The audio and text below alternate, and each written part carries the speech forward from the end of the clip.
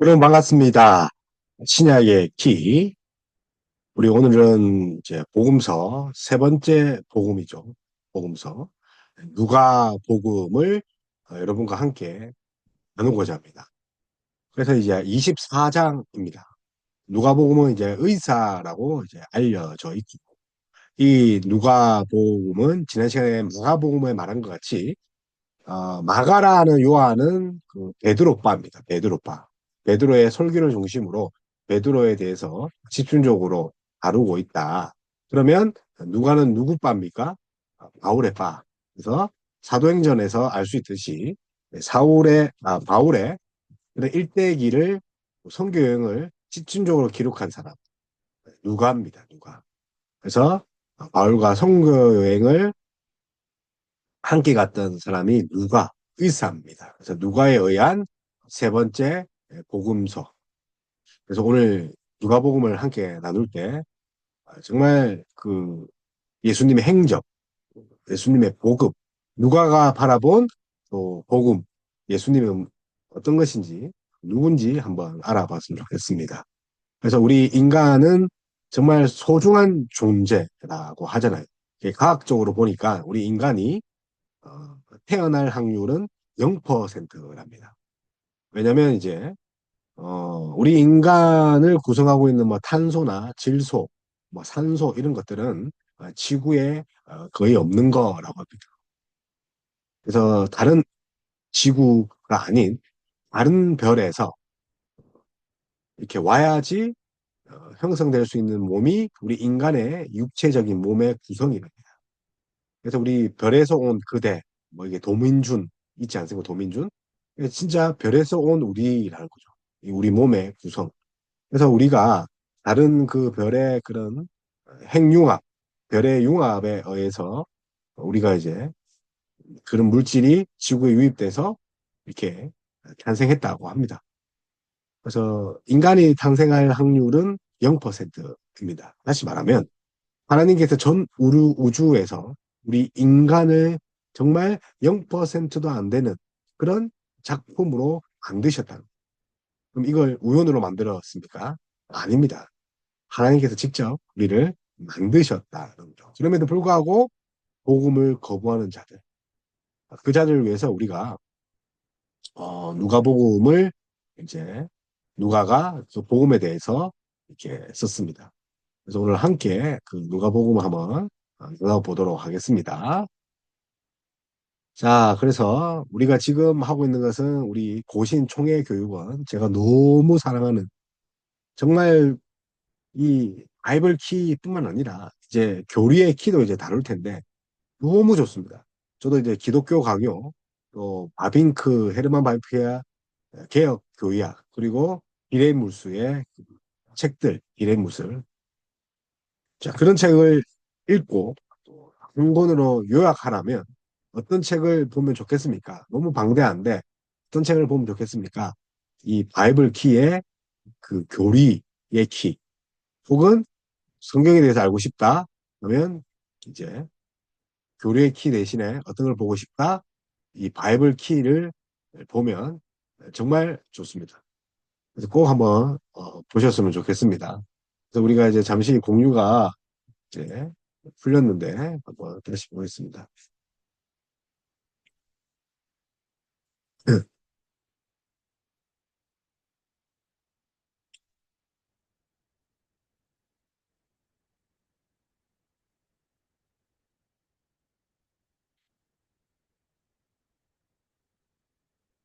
자, 그래서 바이블 키 보고 있죠. 그래서 우리가 이제 오늘 이제 4강 이제 누가복음입니다. 그래서 우리가 지금 누가복음을 보고 나서 이제 요한복음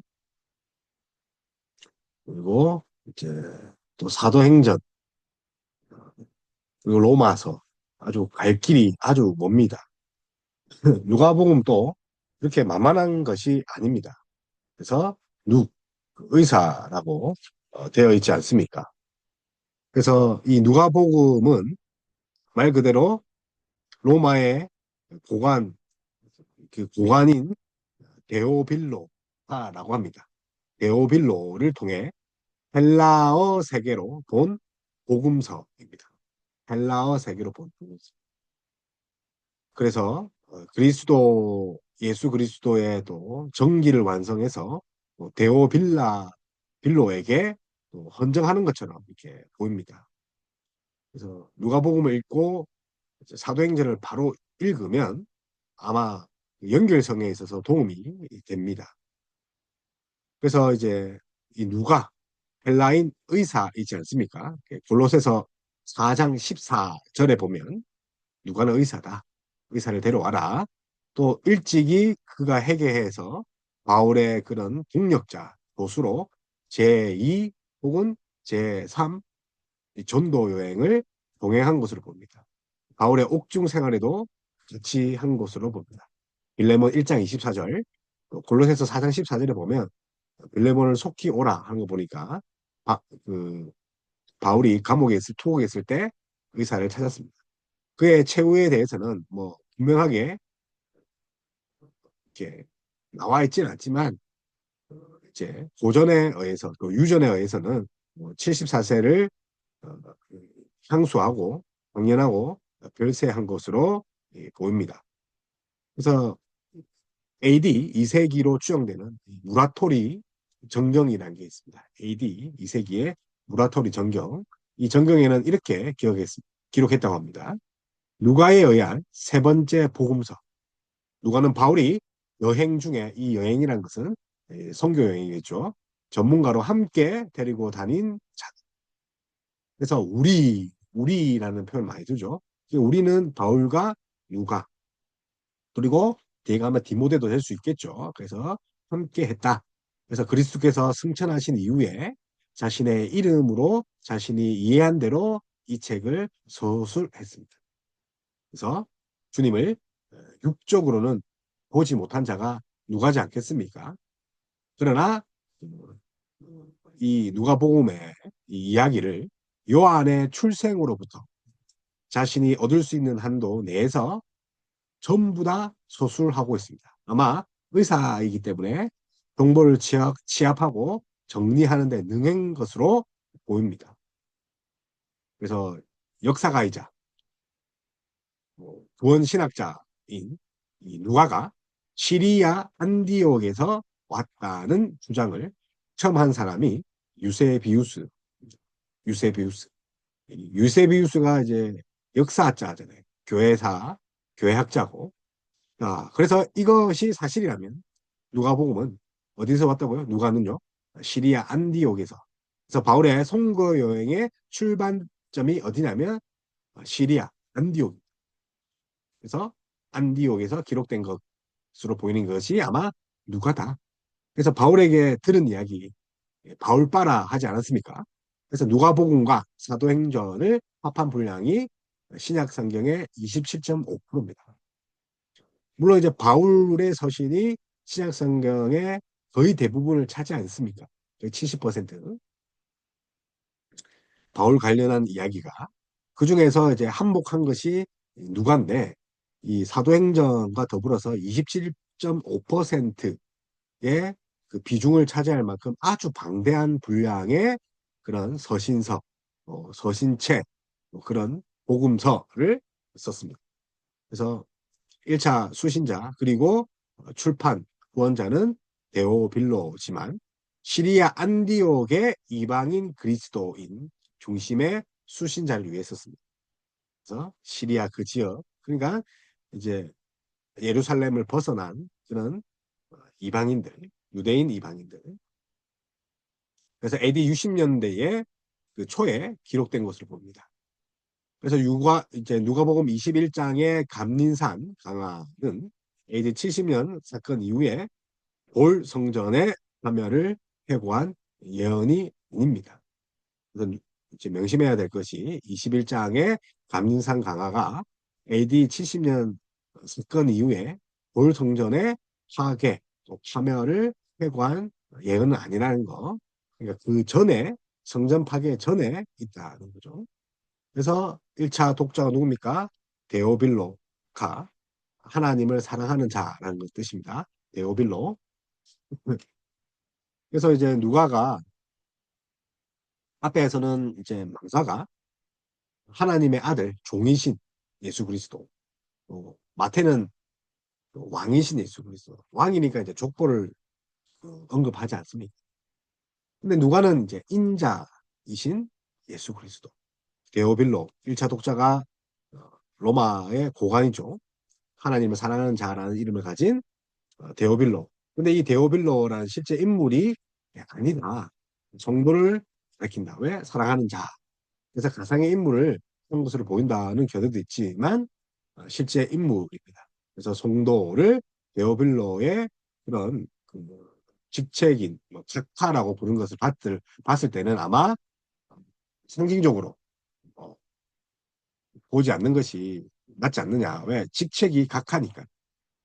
그래서 누가복음에 기록된 사건과 또 말씀들을 예수님의 공생의 기간, 그 AD 30년 무렵의 배경에서 먼저 이해한 후에 누가가 1차 독자인 데오빌로에게 소개하고 전달한 것으로 이렇게 보입니다.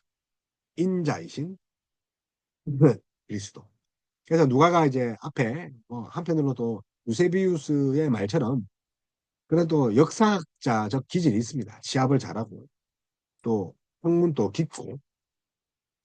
그래서 이 복음서 중에서 가장 아름다운 문학적인 표현들이 많이 있는 것이 이 누가복음입니다. 그래서 여러분 그 헬라어를 문학적으로 공부하고 싶다.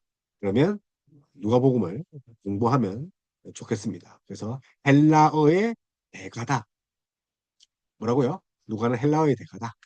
관사가 있는 부정사의 사용, 부사, 또 정법, 어, 간접의 의문, 뭐 이런 여러 가지 문법적인 것을 이용해서 사용합니다. 당시에 또 뭐 여러 가지 뭐 기혼법, 가정법 이런 문장들이 익숙지 않을 텐데 그는 그런 아마 문학의 대가, 또 헬라어의 대가, 언어의 마술사라고 부릅니다. 예수님의 비유 중에 18개에서 20개는 오직 누가복음에만 있습니다. 그가 얼마나 면밀히 조사하고 탐방했는지 이 누가복음에만 있는 그런 비유가 18개에서 20개. 그러니까 예를 들어서 이 평자 비유 있잖아요. 평자. 불의한 청지기, 또 부자 나사로, 열무나 비유. 물론 이제 달란트 비유하고 비슷한데 어쨌든 18개, 20개 가까이가 누가만이 이렇게 쓴 비유입니다. 그래서 성령님의 사역을 자주 또 강조합니다.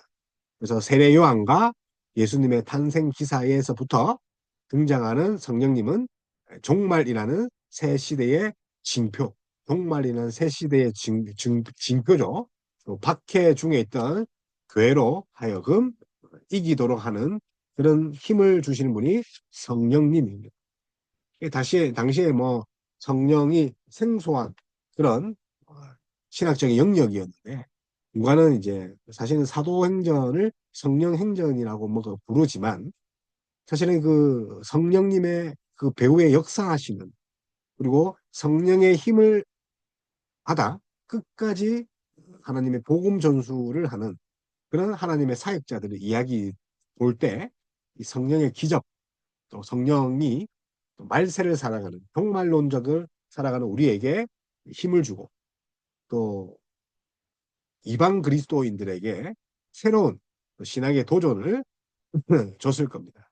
그래서 역사적 체제의 왕벽을 기할 뿐만 아니라 헬라어의 달인, 문학의 달인, 그리스도의 인성을 높이고 그 인생의 완성을 문학적인 기법으로 완성했고 사람으로 사람을 계속하신 것을 인자가 우리의 하나님이 인자가 될 수밖에 없음. 그리고 인자가 사람을 위해 계속한 것을 밝히고 이방인에 의한 이방인을 위한 복음서 누가복음 이방인에 의한 누가 이방인이니까 이방인을 위해 쓴 복음서. 그래서 사회적 복음으로 가난한 자, 또 죄인, 또 이런 약자의 관심을 많이 가진 자가 누가입니다. 그래서 성령을 사모하는 자, 누가. 네, 또 천사들의 표현을 10회 이상 사용한 것을 보면 예수님의 신성을 강조하는 경향이 있습니다. 이사야 53장과 40에서 66장을 또 빈번히 인용합니다. 이사야 53장 그리고 40장에서 63장. 그래서 그리스도의 구속 사역을 강조한다. 그래서 이 밖에도 참 많은 이런 특징이 있습니다. 여자의 복음, 또 어린이의 복음이라고 불리기도 하고 성령과 기도의 책이라고 합니다. 그래서 누가복음은 엄청나게 24장이지만 엄청나게 누가의 그런 신앙, 내면적인 영성을 알 수 있는 그런 책입니다. 그래서 24장 구절을 보면 서론입니다. 서론. 예수님의 탄생. 또 이제 4장에는 갈릴리에서의 예수님. 그리고 이 갈릴리에서 첫 사역을 하죠. 나사렛과 가버나움이 있죠. 그리고 역시 이제 비유가 나오고 가르치. 또 예수님을 대적하는 장면. 그래서 예수님을 대적하는 자. 그러나 대적을 하지도 않지만 예수님도 따르지 않는 자들. 허다한 무리죠. 그리고 베드로의 신앙 고백, 변화산 기도. 이 변화산 기도는 이 복음서에 다 나오는 기록이죠. 예수님의 변화된 모습. 그리고 이제 예루살렘으로 이제 가시죠. 갈릴리, 가버나움에서 사역하시고, 또 거기서는 죽지 않으십니다. 아, 그래서 메시아가 성 밖에서는 죽지 않습니다. 성 안에서. 그래서 예수님이 우리를 위해 죽기 위해 성 안으로 들어가십니다. 예루살렘. 그리고 특이한 거는 72 제자를 이제 세우시고 사역하시고 또 19장에서 24장 말미에서는 왕으로 예루살렘에 입성하십니다. 그래서 인자의 길을 또 예비한 세례 요한의 그런 인자를 예비한 세례 요한의 그런 출생이 1장인데 마지막은 어떻게 합니까? 왕으로 예루살렘에 이제 입성하는 19장부터 그렇게 얘기합니다. 그래서 인자의 탄생. 그러니까 누가 보면 뭐라고요? 인자. 그래서 인자의 탄생, 인자의 공생애, 그리고 죄인의 친구이신 인자이신 예수 그리스도. 그래서 이제 앞에 잠깐만 보겠습니다. 그래서 예수님의 소명, 이 소명 앞에 뭘 붙여줍시다. 우리가 인자라는 거. 그래서 어부와 세리를 부르시고 나병 환자와 중풍병자를 치료하시는 그런 장면이 우리 이제 갈릴레, 갈릴리 나사렛 가브나움의 이 사역이지 않습니까? 사역. 그래서 아마 공생애가 3세쯤 시작한 것으로 봅니다. 그래서 천국 백성의 도를 가르치는 그런 인자. 그래서 비유죠, 비유. 그래서 안식일과 또 원수 사랑의 그런 말씀을 가르치는 인자, 천국 백성의 그런 도를 가르칩니다. 그리고 인자 예수님의 메시아 되심을 우리가 이제 보면 논쟁과 더불어 가르침에 함께 있습니다. 하나님 나라의 비유, 인자이신 예수님, 오병이어 기적과 베드로의 신앙 기적이 이제 9장에 있지 않습니까? 그분이 어떤 분이라고요? 메시아라. 오병이어와 베드로의 고백에 있어서 메시아의 정체성 그리고 순환 예고. 그렇게 해서 이제 9장으로 이렇게 넘어오지 않습니까? 그래서 베드로의 고백, 또 많은 가르침, 그래서 70인 전도대를 파송합니다. 외식하는 자들을 책망하는 예수님이 그리고 메시아를 따르는 자들이 지녀야 할 그런 제자도가 12장에서 14장 많은 가르침과 비유의 제자도 잃어버린 자를 찾으러 다니시는 인자 예수님 그리고 세상의 부에 대한 인자의 교훈 용서와 감사의 삶에 대한 인자의 교훈을 또 17장까지 그러고 나서 이제 인자를 시험하는 유대 종교 지도자들에 대한 변론과 종말에 대한 인자 예고, 마지막에는 22장에서 24장 인자의 고난과 부활입니다. 그래서 이제 우리 이제 이 마지막 그 23장에는 십자가의 고난 앞에 22장에 어떤 것입니까? 최후의 난찬이 있습니다. 그리고 십자가의 고난과 부활이 있습니다. 그래서 이제 뭐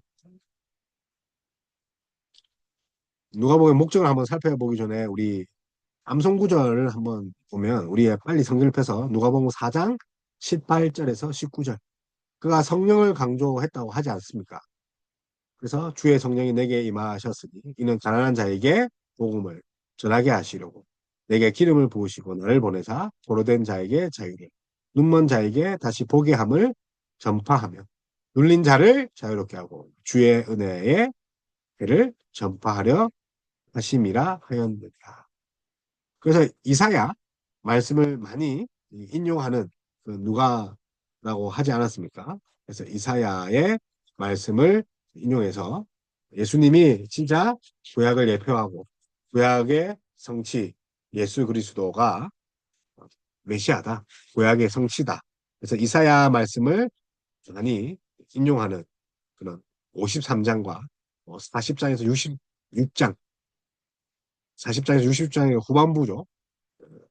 그러니까 이제 39장이 이사야 39장이 구약이라면 이 40장부터는 신약을 이제 의미한다고 뭐 그렇게 이사야를 나눈다 하지 않습니까? 상구 27 이렇게 해서 39장 이후를 40장부터는 신약인데 이 40장부터 66장을 많이 이제 인용합니다. 그래서 누가복음 목적은 데오빌로 1차 독자죠. 그리고 인자이신 예수님을 거부한 것과 이방인 하나님 나라에 들어온 것이 하나님의 구원 계획임을 말합니다. 누구에게요? 이방인이죠. 이방인입니다. 그래서 이방인을 위해 이방인을 의한 그런 복음서죠.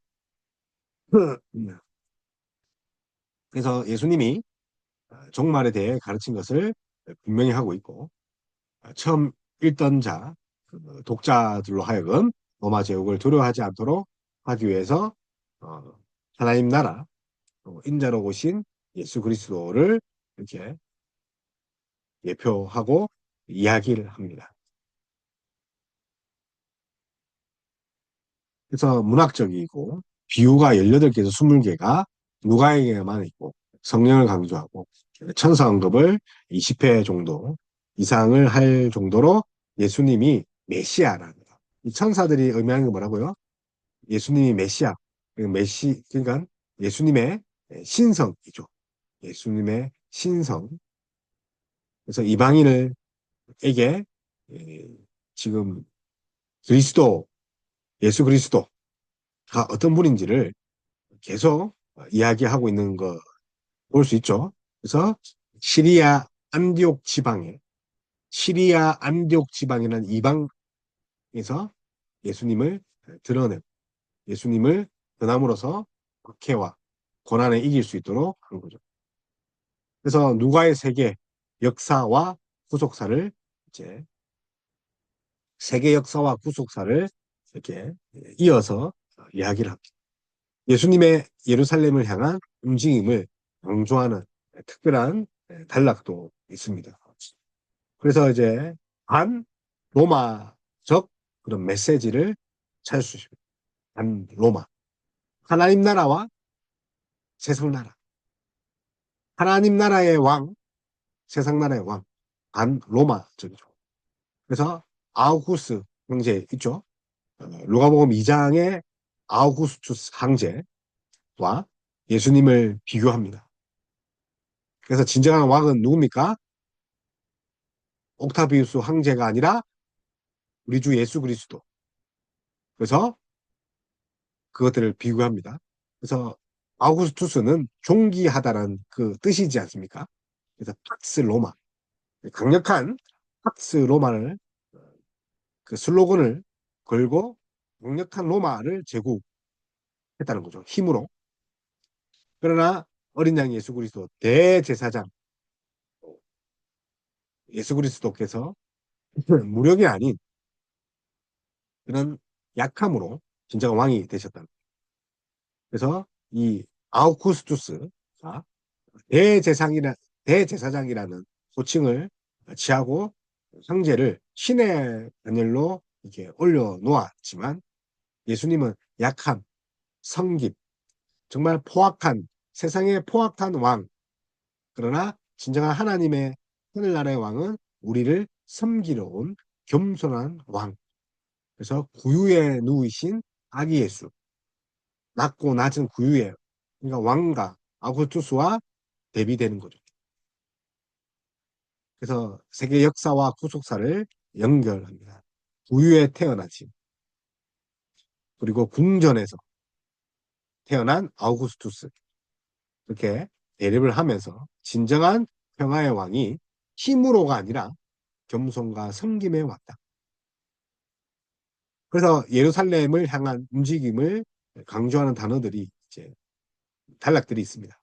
예루살렘으로 가시면서 고난 당하실 메시아 예수님은 어떻게 합니까? 제자도에 대해 가르침을 줍니다. 제자도. 그리고 사회적 약자에 관심이 많다고 했습니다. 여인, 아이들. 당시에 사회적 약자. 다시 말하면 섬기는 예수 그리스도.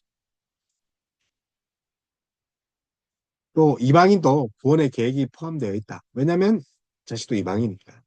예배와 기도를 집중적으로 서술을 하고 있습니다.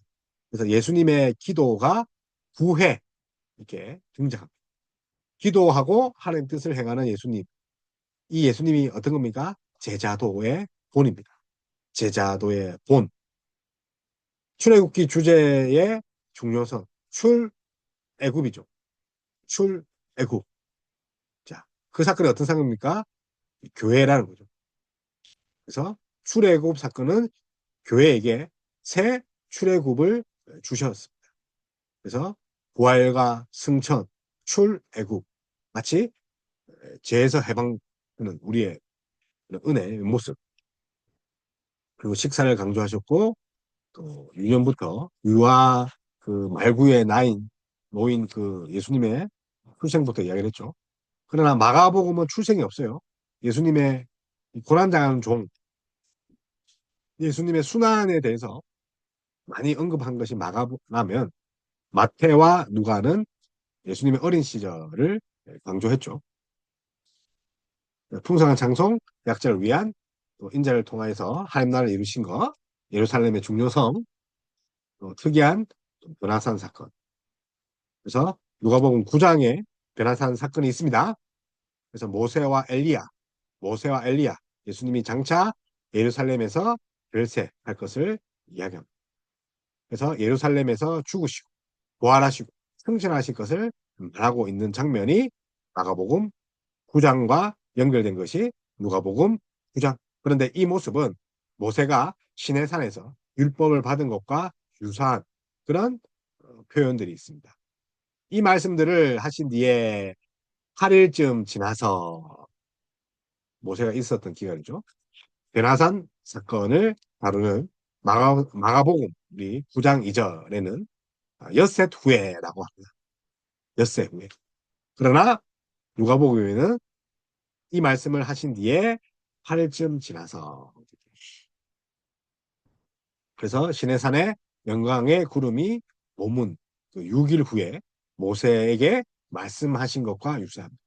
그래서 다분히 출애굽을 모티브로 아마 이 누가가 구약에도 아마 능통하고 자 그래서 변화산 뭐 사건들 누구 데리고 갑니까? 세 제자죠. 베드로와 야고보와 요한이죠. 같이 올라가.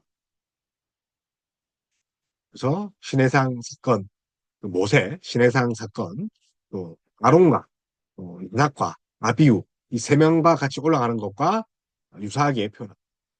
이스라엘의 70인 장로가 같이 올라가는데 그들은 이스라엘 전체를 대표합니다.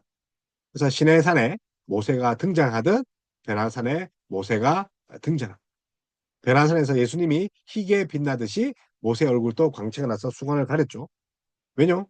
예수님 자기가 영광 받을까 봐. 하나님 영광이 이제 나야 되니까 드러나야 되는데 모세를 보고 와 하나님이 달까 봐.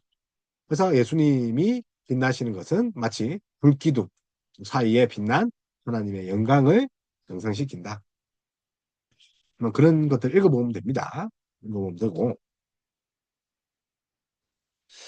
자, 그래서 이제 한 장씩 이제 간단히 보면 세례 요한과 예수님의 수태고지, 또 2장에서는 예수님의 탄생, 그게 있죠.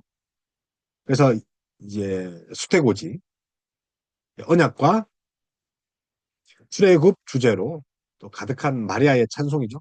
마리아 찬송, 출애굽이죠. 그리고 세례 요한의 아버지가 사가랴의 찬송, 태에서 뛰노는 것을 또 마리아가 또 요한의 또 어머니, 아버지 집으로 가서 또 축복하고 함께 또 그걸 나누지 않습니까? 그래서 요한이 먼저 태어나죠. 요한이. 그래서 이 장은 예수님의 탄생과 제사장 시므온의 찬송이죠. 그리고 주님의 유아 시절 사건을 다룬 장면들이 있습니다. 자, 1장에서 세례 요한의 출생, 또 할례와 이름 짓는 장면, 또 2장에서와 같은 구조로 예수님의 탄생 장면, 또 할례 이름 짓는 장면, 또 1장과 2장 이렇게 서로 대비됩니다. 성전에 바치는 그런 장면, 그 결론, 그 1장과 2절 서로 이렇게 병행 구조를 이룬다는 거. 1장과 2장 병행 구조입니다. 그래서 세례 요한과 예수님이 이렇게 할례하고 또 성전에 바치고 뭐 이런 것들 이름을 짓고 하는 법 있잖아요. 그런 장면들이 1, 2장이 병행을 이룬다. 자, 3장에서는 세례 요한의 선포와 예수님의 세례 받으심과 족보가 나옵니다. 족보란 것은 하나님의 일하심, 예수 그리스도의 탄생의 나심을 그 정말 탄생을 예수님을 보내시기 위해서 우리의 죄를 위해서 탄생시키시기 위해서 하나님 일하시는 장면이 족보 누가 누구를 낳고 족보지 않습니까? 그래서 사장은 시험 받으심, 나사렛의 거절당하심, 그리고 축귀와 장모, 오장은요 베드로를 부르시고 나병 환자를 치유하고 중풍 환자를 치유하는 모습들 그런 모습들이 5장까지 쭉 이제 이어집니다. 그래서 1장과 2장 서로 병행한다.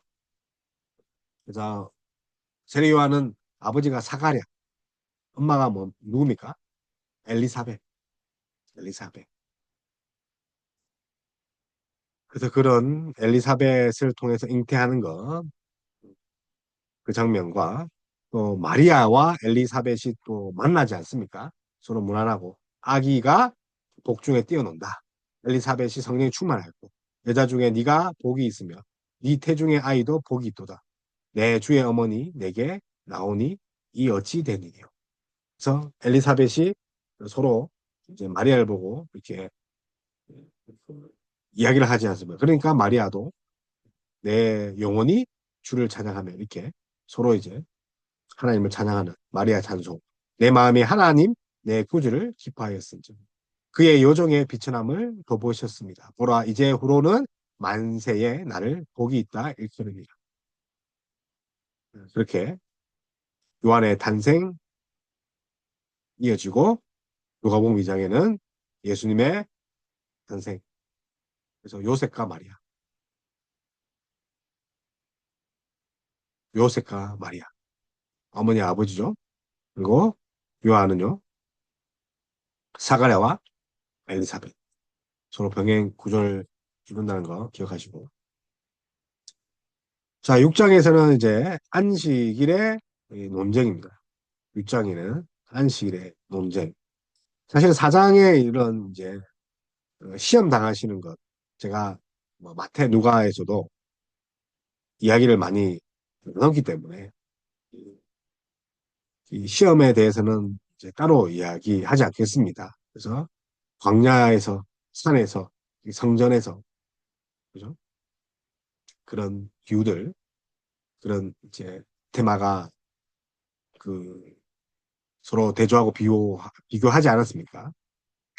그래서 뭐 마태복음 4장에서는 40일 금식을 했다, 줄이셨다고 하지만 마가복음 1장에서는 들짐승과 계셨다. 그러나 누가복음에는 그냥 이제 40일 동안 아무것도 먹지 않았었다. 날수가 다음에 줄이셨다. 뭐 그렇게 이야기를 합니다. 그래서 광야, 높은 산, 성전 꼭대기, 마귀가 얼마 동안 떠난 뭐 그런 것들이 있는데 앞에 읽어보시면 됩니다. 읽어보시면 되고 앞에서 충분히 설명을 했습니다. 그래서 이 제자, 첫 제자를 저 게네사렛, 이게 사렛입니다. 게네사렛, 사렛, 디베랴, 디베랴.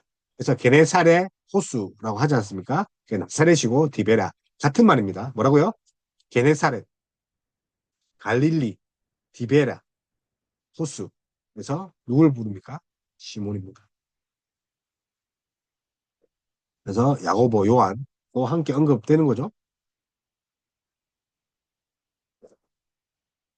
그래서 이제 6장에 가면 이제 설교 12사도를 세우시고 형지 설교를 합니다. 그래서 안식일의 주인이 누구냐? 안식일에 주 예수께서 밀밭 사이로 지나심, 그리고 제자들이 이삭을 비벼 먹고 어찌하여 안식일에 하지 못할 일을 하느냐? 왜 너는 그 유전을 범하느냐? 전통을 범하느냐? 다윗이 하나님의 전에 들어가서 제사장 외에 먹어서는 안 될 진설병을 먹고 함께한 자들에게도 주지 않았느냐? 인자는 안식일의 주인이다. 그래서 이삭을 잘라 손으로 비벼 먹으니 좀 자세히 설명합니다. 마가복음에는 이삭을 자르다, 또 마태복음요 이삭을 잘라 먹었는데 누가는요 손을 비벼 그러니까 우리가 모습을 상상할 수 있을 정도로 합니다. 게다가 이제 오른손 마른 사람, 그죠? 오른손 다른 쪽에서는 왼 한쪽 손이 마른 자라고 이렇게 뭉뚱그리고 하는데 누가는 의사의 눈으로 그것이 오른쪽인지 왼쪽인지 하지 않습니다. 그리고 열두 사도 예수께서 기도하시러 산에 가사 밤이 새도록 하나님께 기도하시고 그래서 제자들 시몬, 안드레, 야고보, 요한, 빌립, 바돌로메, 마태, 도마, 알페오의 아들 야고보, 또 이제 시몬, 이 시몬은 뭐 세롯이라 하는 그 시몬이죠. 열심당한 시몬, 그리고 야곱의 아들 유다, 가룟 유다. 야곱의 아들 유다, 가룟 유다. 그래서 다시 해봅시다. 우리 외워야 됩니다. 시몬, 베드로 시몬 있죠. 그 다음에 안드레, 야고보, 요한, 빌립, 바돌로메, 마테, 도마, 알페오의 아들 야고보, 셀롯의 아들 시몬, 셀롯, 열심당원, 그리고 야고보의 아들 유다, 가룟 유다. 그리고 평지 설교, 복 있는 자, 이렇게 하지 않습니까? 산상수, 가난한 자에게, 줄인 자에게, 우는 자에게. 그래서 설교가 아니라, 뭐 어떻게 말하고요? 선포다. 이렇게 하면 복 받는 게 아니라 우리는 그런 자이기 때문에 이렇게 살아야 된다. 선포. 우리는 복이 있습니다. 그래서 하나님이 우리는 하나님 나라 우리 것입니다. 우리가 복이 있습니다. 그러니 배부름을 얻고 있습니다. 얻었습니다. 우리가 복이 있습니다. 뭐 이렇게 위로를 받을 것입니다. 그래서 선포라는 거 기억하시기를 바랍니다. 그렇게 해서 이제 씨 뿌리는 비유 7장에 보면 이제 치유와 나인성 가부 아들의 부활 그리고 세례 요한의 제자들의 질문 그리고 8장에는 씨 뿌린 자의 비유 등장 때 비유 그래서 비유 이야기 그래서 길가 돌밭 바위라 하죠. 길가 뭐 돌밭이라 합시다. 가시떨기 그리고 좋은 땅 그래서 누가복음은 이제 좋은 땅에 100배죠. 마태복음은요. 100배, 60배, 30배 점점 줄어드는데 마태복음은 누가는 100배. 근데 나가는요. 30배, 60배, 100배. 어쨌든 예수님이 그렇게 이야기를 하신 것 같아요. 30배, 60배, 100배 등 그렇게 이야기를 한 것 같고 등을 또 비유하는 거죠. 등불을 켜서 그릇을 엎거나 형상 아래 두지 않고 등경 위에 둔다. 이는 들어가는 자들로 그 빛을 보게 화려하게 합니다. 인자는 빛이. 그러므로 너희가 어떻게 들을까 스스로 삼가라. 누구든지 있는 자는 받겠고 없는 자는 그 있는 줄로 아는 것까지 빼앗기리라. 그리고 풍랑을 당장케 하시는 그런 예수님. 제자들과 함께 배 위에 오르사 호수 저편으로 건너가자 하시는데 강풍이 호수로 내리침에 배에 물이 가득하고 위기를 맞습니다. 그래서 주여 주여 우리가 죽겠나이다. 바람과 물결을 꾸짖으시는 예수 그리스도. 너의 믿음이 어디에 있느냐?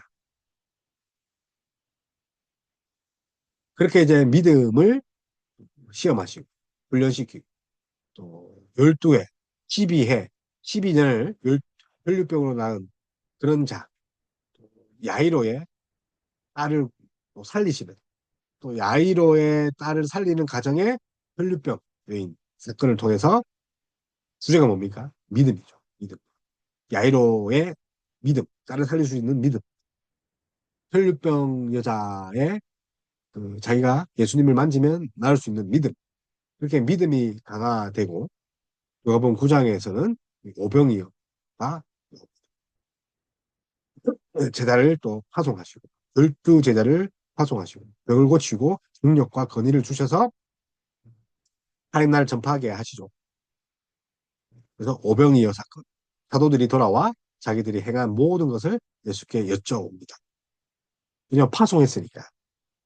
그래서 전도한 것을 보고하고 전도 보고를 하죠. 베세다라는 고을에 사도들만 데리고 가셨으나 무리들이 알고 따라옵니다. 그래서 날이 저물어 12사도 무리를 보내어 두루 마을과 촌으로 가서 유하며 먹을 것을 얻게 하고 우리가 얻을 수 있는 것을 얻어서 빈들에서 먹겠나이다. 그랬더니 말 가게 해주세요. 했더니 예수님이 너희가 먹을 것을 줘라. 우리에게 떡 5개와 보리또 두 마리밖에 없습니다. 때를 지어 50명씩 있는 것을 기록합니다. 그래서 오병이요. 메세다. 정확한 지역 이름을 말합니다. 그래서 빈들의 한적한 곳에 그렇게 이제 마태야 마가는 이렇게 기록했잖아요. 마태는 빈들에 마가는 우리 한적한 곳에. 근데 누가는요. 세다, 베세다라는 고을에 사도들만 데리고 가셨으나 무리들도 따라왔다라고 정확하게 기대합니다. 그러고 나서 이제 오병이어 사건이 있고 나서 스태복음 16장, 마가복음 8장, 그리고 누가복음 9장 그 유명한 하나님은 그리스도다. 베드로의 고백. 마태복음 16장, 누가복음 8장, 그리고 아, 마태복음 16장, 그다음에 마가복음 8장이죠. 마가복음 8장, 오늘 이제 누가복음 9장입니다. 그래서 마태복음 16장에는 주는 그리스도여 살아계신 하나님의 아들이라. 마가복음은요, 8장에서는 주는 그리스도이시다. 누가복음에서는 하나님의 그리스도이시다. 이렇게 고백하는 거. 하고 나서 이제 순환 예고하고 사단아 물러가라 그 이야기를 해야 되는데 누가복음에 없습니다. 누가복음에 사탄아 물러가라. 요한복음과 누가복음에 기록하지 않아요. 그리고 변화산 그죠? 말씀 후 8일쯤 돼요. 베드로, 요한, 야고보를 데리고 기도하러 산에 올라가십니다. 말씀 후 8일쯤 기도하실 때에 용모가 변하고 곳이 휘어졌다. 모세와 엘리야가 영광 중에 나타나고 예수께서 예루살렘에 별세하실 것을 말씀하시고 그래서 영광 중에 뭘 말합니까? 돌아가실 것. 제자 3명이 졸다가 모세와 엘리야 떠날 때 베드로가 주여 우리가 여기 있는 것이 좋습니다. 자기도 알지 못한 말을 하지 않습니까? 그래서 모세, 엘리야. 모세는 율법이랬고 엘리야는 선지자 글이죠. 구약의 대표하는 인물들이죠. 모세오경, 선지자의 글. 그렇게 이제 베레아 전도 9장에 보면 베레아 전도 갈리를 떠나시고 사마리아의 냉대를 받으시고 어, 야고보 요한은 주여 우리가 불을 명하여 하늘로부터 내려 그들을 멸하게 하리까 사마리아의 냉대입니다. 이방인들 꾸짖으시고 함께 다른 마을로 가십니다. 야, 입 다물어. 그래서 예수를 따르려면 어디로 가든지 나를 이제 따라야 되는데 요도 굴이 있고 공중 공중의 새도 집이 있는데 인자는 머리 둘 곳이 없다. 그래서 잘 따르라. 손에 쟁기를 잡고 뒤를 돌아보는 자는 하나님 나라에 합당하지 않다. 버리고 따라야 된다. 10장에서는 70일을 파송, 제자에 이어서 70인 파송, 선한 사마리아인 비유 그것이 나오고 그 유명한 이제 마육 60일 마태복음 6장 61장 마육 60일 주기도문이 나오지 않습니까? 주님이 가르쳐 주신 기도 그래서 누가 마가복음 마육 60일 마태복음 6장 19절에서 13절 그 이야기죠. 그러나 누가복음 11장에는 주기도문이 함께 나와 있습니다. 그리고 이제 12장, 13장 주님의 여러 가지 가르침들이 분포되어 있고 이제 15장 이제 비유장이죠. 15장 100마리 중 한 마리 잃은 양 그리고 데라크마 이런 드라크마 장 이런 비유장들이 이제 15장에 있습니다. 물론 13장에 포도원 비유도 있고 뭐 여러 가지 있는데 한번 살펴봐 보시면 되겠고 잃은 양 비유 또 라크마 동전 비유 또 잃어버린 아들 비유 그래서 15장은 어떤 장입니까? 잃어버린 자 15장은 어떤 비유라고요? 잃어버린 비유 내용은 이제 설명하지 않겠습니다. 잃은 양 잃은 드라크마 또 잃은 탕자 아들 잃은 비유가 15장 또 16장에는요 불의한 청지기 사로 불의한 청지기와 부자와 나사로. 부자는 이름이 없죠. 거지 나사로는 이름이 있습니다. 천국 백성이고 부자는 이 땅에 하려 하지만 이름이 나와 있지 않습니다. 그래서 그 이른 비유와 부자 나사로 같은 경우는 누가에만 있는 독특한 비유죠. 18개, 20개 된다 이죠. 그리고 17장에서는 사마리아 나병 환자 그렇게 이제 나와 있습니다. 그래서 벌써 이제 한 4, 50분이 됐는데 이 장별로 보는 것은 다음 시간에 이어서 하겠습니다. 그래서 누가복음 이 첫 번째 시간 인자이신 예수 그리스도 또 누구보다도 성령과 기도를 또 강조했고 이 누가는 또 바울바 바울의 진심으로 바울을 따르는 자 바울과 함께 있는 자 또 누가는 의사이기 때문에 왼손인지 오른손인지 또 자세하게 또 지역 이름까지 기록하는 이 누가의 섬세함을 볼 수 있습니다. 다음 시간에 누가복음을 이렇게 마무리하도록 하겠습니다. 감사합니다.